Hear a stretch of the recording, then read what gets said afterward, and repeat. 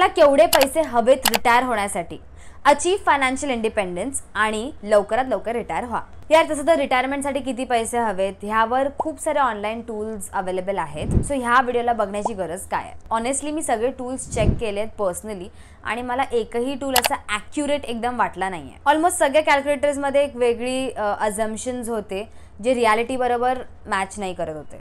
ह्या व्हिडिओमध्ये आम्ही तुम्हाला जेनेरिक ज्ञान जसं की जास्त सेव्ह करा, मॉडेस्टली जगा, हे सगळं नाही सांगणार आणि आम्ही तुम्हाला एक्झॅक्ट नंबर्स सांगू to achieve your financial independence आणि रिटायर अर्ली. तुम्हाला रिटायर व्हायसाठी किती पैसे लागणार हे 4 फॅक्टर्सवर डिपेंड करतं. फर्स्ट, तुमची करंट एज किती आहे आणि तुम्हाला किती वर्षानंतर रिटायर व्हायचं आहे. सेकंड, तुम्हाला तुमची रिटायरमेंट एज किती वेळापर्यंत प्लॅन करायची, म्हणजे तुमची लाईफ एक्सपेक्टन्सी काय आहे.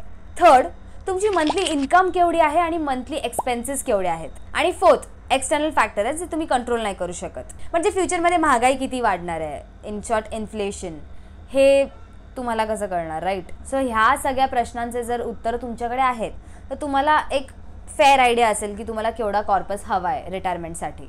पण हे सगळं बघून तर खूप कॉम्प्लिकेटेड वाटतंय ना. टेन्शन नका घेऊ, आम्ही तुम्हाला स्टेप बाय स्टेप सगळं समजवू. मी तुम्हाला हे सगळं एक एक्झाम्पलने समजवते. सो लेट्स अज्युम की मीरा नावाची एक स्त्री आहे जिचं वय 25 आहे आणि तिला वयाच्या 50व्या वर्षी रिटायर व्हायचं आहे. मीरा सध्या 40,000 कमवते आणि तिचा महिन्याचा खर्च आहे 15,000. बट ती बोलते की पुढे गेल्यानंतर तिचे खर्च वाढणार आहेत. सो आपण तिचा महिन्याचा खर्च पकडूया 20,000 रुपये दर महिने आणि 2.4 lakhs पर ॲनम. आणि as she leads a very healthy lifestyle, ती असं बोलते की मी 80 वर्षापर्यंत तरी जगणार आहे. बट कन्झर्वेटिव्हली तिला तिची रिटायरमेंट 100 वर्षापर्यंत प्लॅन करायची आहे. जस्ट बिकॉज ती जर 80 वर्षाची झाली आणि तिचे सगळे पैसे संपले आणि 80च्या वर ती गेली, सो त्याच्या पुढे काय. सो वयाच्या 50व्या वर्षी जर ती रिटायर झाली तरी पुढचे 50 वर्ष तिला ते पैसे रिटायरमेंटचे ठेवायचे.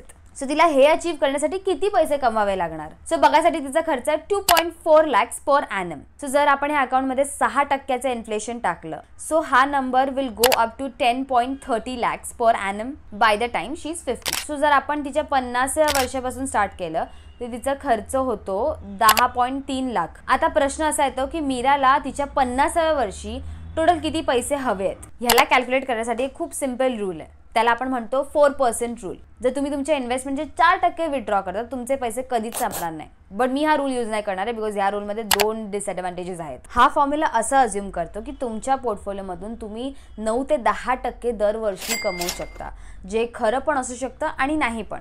दुसरा प्रॉब्लेम असा आहे की तुम्ही 4%च्या रूलप्रमाणे रिटायरमेंट नंतर मॅक्झिमम 25 ते 30 वर्ष जगता. पण जसं की आपण अज्युम केलं की या केसमध्ये मीराला 50व्या वर्षी रिटायर होऊन त्याचे पुढचे 50 वर्षाचं प्लॅन करायचं आहे. सो हा फॉर्म्युला इथे फेल होतोय. सो अशा केसमध्ये काय केलं पाहिजे. सो अशा केसमध्ये डिपेंड करतं की तुम्ही तुमच्या कॉर्पसमधून किती फंड्स एक्सपेक्ट करताय. जर तुम्ही एकदम 0 रिस्क घेऊन FD मध्येच तुमचे पैसे ठेवायचा विचार करताय, सो तुम्हाला 2%च्या रूलप्रमाणे चाललं पाहिजे. आणि जर तुम्ही तुमच्या कॉर्पसचा 30 ते 40% पण इक्विटीमध्ये टाकता तर तुम्हाला 3% रूलप्रमाणे चाललं पाहिजे. सो 2%च्या रूलप्रमाणे तुम्हाला 5,15,00,000चा कॉर्पस हवा आहे ॲट दी एज ऑफ 50 आणि 3%च्या रूलप्रमाणे तुम्हाला 3.4 करोडचा कॉर्पस हवा.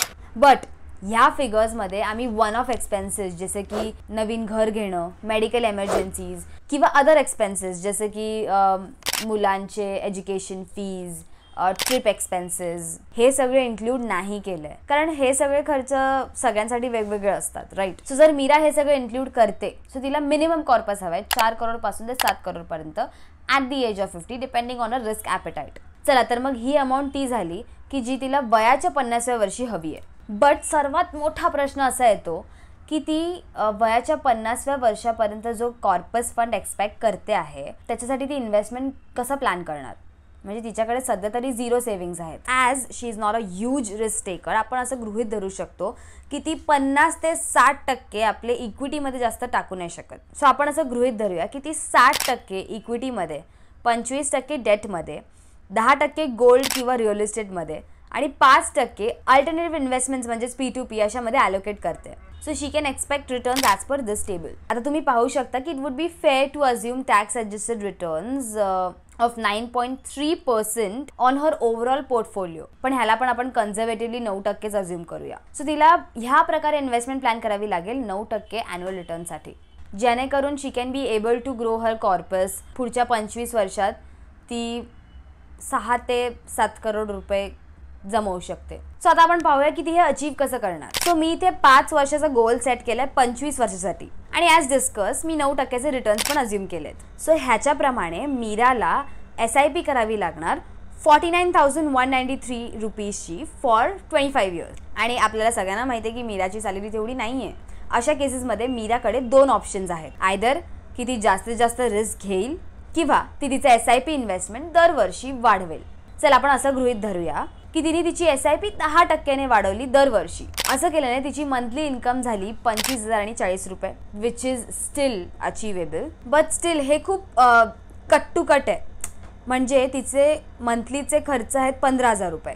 What if she is willing to take more risk आणि तिने तिचे 75% इक्विटीमध्ये टाकले. असं केल्याने तिचे ओव्हरऑल रिटर्न्स 10% होत आहेत. सो 10% रिटर्न्सच्या हिशोबाने तिला 21,700ची SIP करावी लागेल दर महिने. ना this is something she can live with. But in my opinion आता पण हा टार्गेट खूप स्टीप आहे. म्हणजे तिच्याकडे ब्रीदिंग स्पेस नाही आहे. तिला ही ब्रीदिंग स्पेस तेव्हाच मिळेल जेव्हा ती तिची सॅलरी वाढवू शकेल. म्हणजे she will manage to increase her salary, किंवा कोणत्या दुसऱ्या सोर्सेसमधून इन्कम घेऊन to supplement her salary. These are the 2 options she has. But through some luck आणि lot of consistency I think she'll be able to achieve a target of 5 crores by the age of 50. So तुम्ही पण अशाच प्रकारे plan करू शकता. So आम्हाला तुमच्याकडून कमेंट्समध्ये हे जाणून घ्यायचं आहे की तुम्ही कोणत्या एज पर्यंत रिटायर होण्याचा विचार करताय आणि तुमच्या माइंडमध्ये काय फिगर आहे.